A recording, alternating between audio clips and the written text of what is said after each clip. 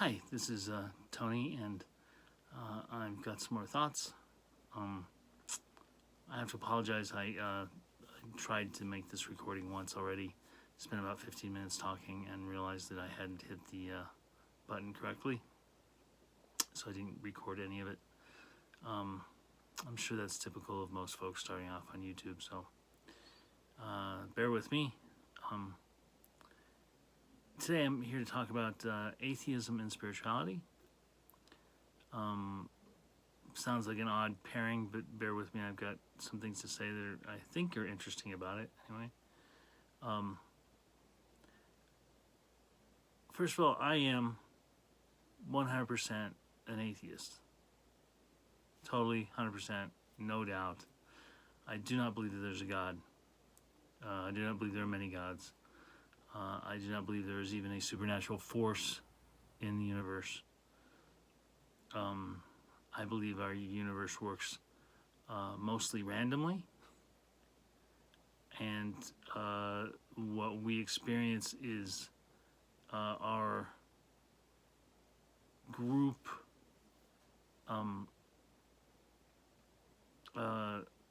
experience of that randomness and our reactions to that randomness. I do not believe there's any supernatural phenomena at all. There are no ghosts, there are no magic, there's no... there may be psychic abilities of some kind, but it's so limited and so small that it doesn't matter.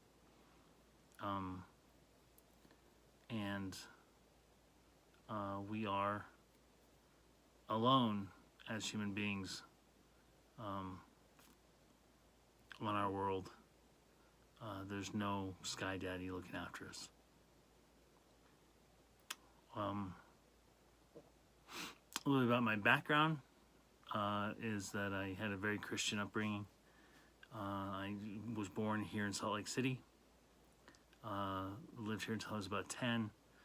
My family, my mom was the one who broke away from the church, the Mormon church. And so while I was around the Mormon church constantly, I was not a part of it pretty much at all, other than going to church with my cousins once in a blue moon. So a little bit later in my childhood, my parents found the Episcopal Church, and we spent our time at the Episcopal Church. I spent a lot of time at the Episcopal Church, to the point that I was considering the possibility of priesthood as a goal.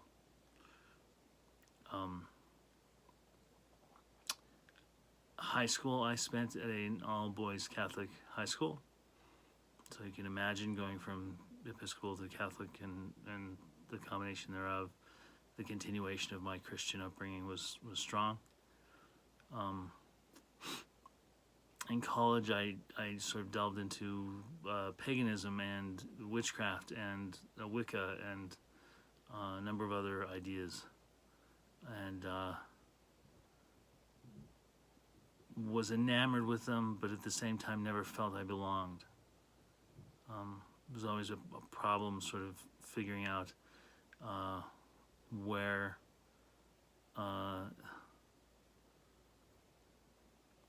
it was real spirituality and where it felt like Ren Fair cosplay, which just wasn't me, just wasn't where I fit. So got married, and when I got married, my wife's father had been the pastor of a fairly large congregation in San Francisco when she was a child, so we went to that congregation and brought my kids to the Lutheran Church, and again learned more about Christianity there. So and then after my divorce, even when we were at the Lutheran Church before that, I had been leaning towards atheism and had been asking questions of the pastors that they couldn't answer, at least not to my. That's what I wanted about Christianity and where it failed for me. Basically being the age-old question of, can you believe in a God that would allow things to happen the way that they do and not intervene? Still holds strong for me. I know it's a simple early question, but it still hurts when I think about it. And the more I think about it, when I think about Christ and the idea that Christ was supposed to be the Father's Son, and that the Father put Christ through that ordeal and death. Being a father, I find that reprehensible. Completely, 100% horrible. As I did the God pushing Abraham to kill Isaac. And even though he didn't do it, he was going to do it, and Abraham didn't know he was going to do it. And to put someone through that as a God, it's no God of mine. So I have a lot of other thoughts about it too, but those are the early ones that really kind of churned me, and that I asked about and didn't get answers that I could use. So, so I've moved more and more towards atheism until about 5 years ago, pretty much, where I really kind of finally turned the leaf 100%.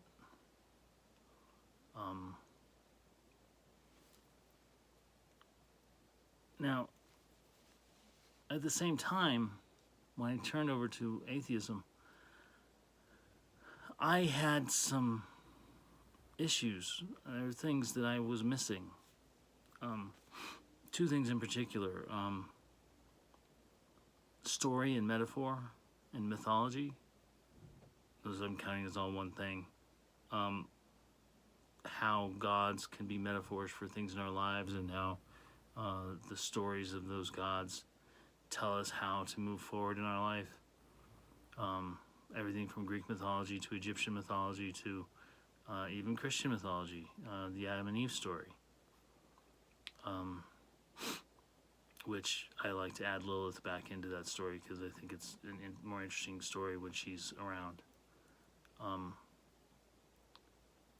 But I missed those things. And they're not part of atheism.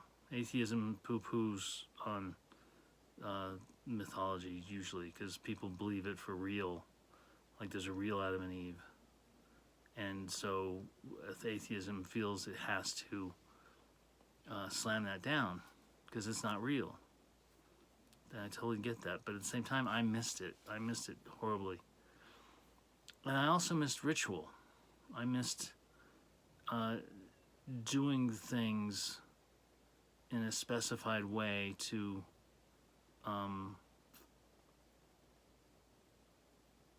bring forth my focus and attention. And that's what all spiritual ritual really is bringing forth your focus and attention and your intent. It's prayer and meditation and magic and spell work. It's all the same thing. It's all focusing your attention on some kind of a goal to move you forward. And I miss that a lot. So I took it back. And I took it back in a way that I think works with atheism just fine. I started off with tarot. and doing tarot readings on myself and learning the tarot cards, etc. Tarot usually is talked about as having some kind of mystical, supernatural force that pushes the cards to you. It doesn't have to.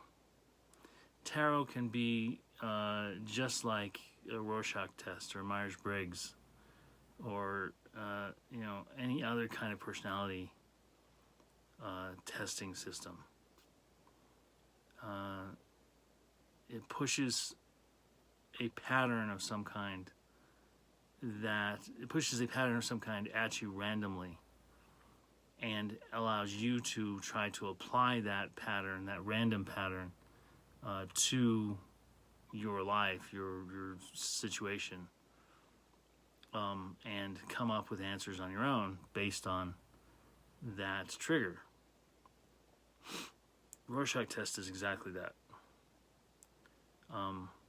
It gives you a random pattern. It's meaningless. There's no meaning to those ink blots at all. They don't mean anything. Every meaning you bring to them. That's the same thing with tarot. With tarot, you pull the cards, they're random, they don't mean anything, but you have your situation, your life that you can apply those to see how they fit and affect your outlook. So it's not supernatural at all. It's simply pulling pattern out of randomness, which is what humans have done, since the beginning of time. And they're helpful. It's a helpful way to kind of look through your life and kind of figure things out. So I started there and started looking around at other things and started doing a few spells here and there. And they helped. They helped a lot. One in which I had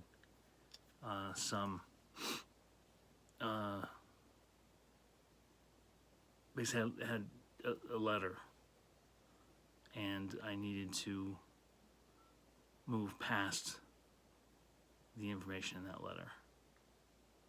And so I did a ritual to burn the letter and to focus on the future, and it helped. It worked, I'm currently in the process of decorating my car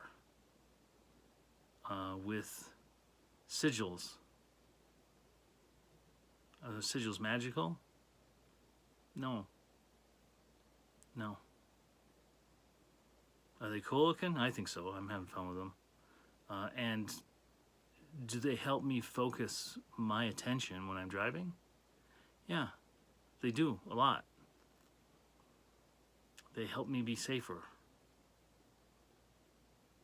They help me be more aware of where I am so I don't get lost. Today I did a ritual of offering to a particular god to help with the work I'm doing on my car and being able to be more focused on moving forward on my driving, etc. And do I believe that God exists? No, I don't. Is it a waste of time to do what I did today? No. Why? Because the act of making an offering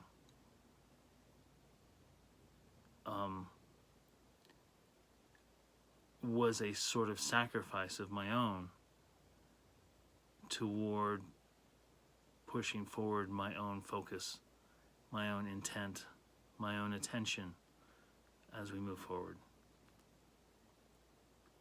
And it's, giving up a little bit to do that and doing it in a ritualistic way is, for one, it's kind of fun. Number two, it does set you up. my body still feels the motion of the ritual that I did, and that will continue to keep me focused on my goals with my car. So that's kind of where I am with that. Now I have a little problem because I can't really talk about this to folks. If I talk about this to atheists, they will immediately shut off the minute they hear that I'm doing any kind of magical work. And to try to explain it to them will take, it'll take getting their attention, and I don't really think that's necessary, but it is something that I don't have, and that is someone to talk to about it. Can't really talk to the witches and Wiccans about it, because the minute I start talking about how I don't believe in these things, they will shut down, or at least not feel attached to it. And I think there's very few people like me out there who are doing both things at the same time. So I'm talking about it here. I'm talking about it right now to just get something out there.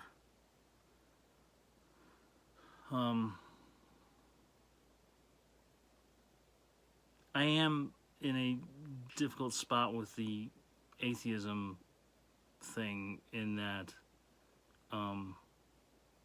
as an atheist, having worked through a lot of biblical texts over the years, I don't feel warm toward Christianity. And also in the current climate politically, and I don't feel warm towards Christianity at all. And I tend to be pretty disdainful of Christianity, to the point that I will flat out say that Christ didn't exist, which is what I believe. I don't believe Christ existed at all. I don't believe there's a single piece of evidence that shows that he existed. If you want to get into that, let me know. I don't believe that Noah's Ark existed. I don't believe that the creation existed. I believe wholeheartedly in evolution. And so, when talking to spiritual people, it's hard because I flat out have no faith in them, let alone in what they have faith in. So when someone says, I'm going to pray for you or bless you or whatever, unless they're doing it in a snotty way, which they do sometimes, I am fine with it. I am thankful, because I know where they're coming from. And it's like, okay, that's great, thank you.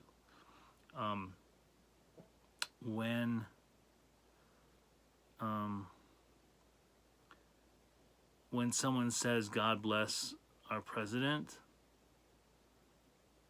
it makes me mad. It makes me really mad.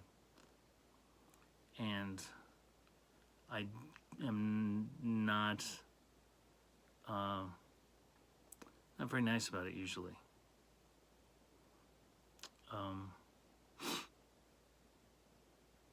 So I'm pedaling my way through, getting through what it means to be a post-Christian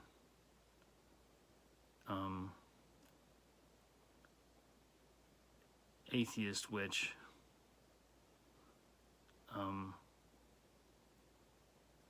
And I'm curious if there's anybody out there who has similar experiences or similar, has done similar work. If you have, I'd love to hear about it. And I guess that's it for today. That's all I was really trying to talk about, was doing that atheists work with witchcraft. And thanks for listening. Let me know if you have any questions or if you have any comments. You know where to put them down below. All right. Thanks. Good night.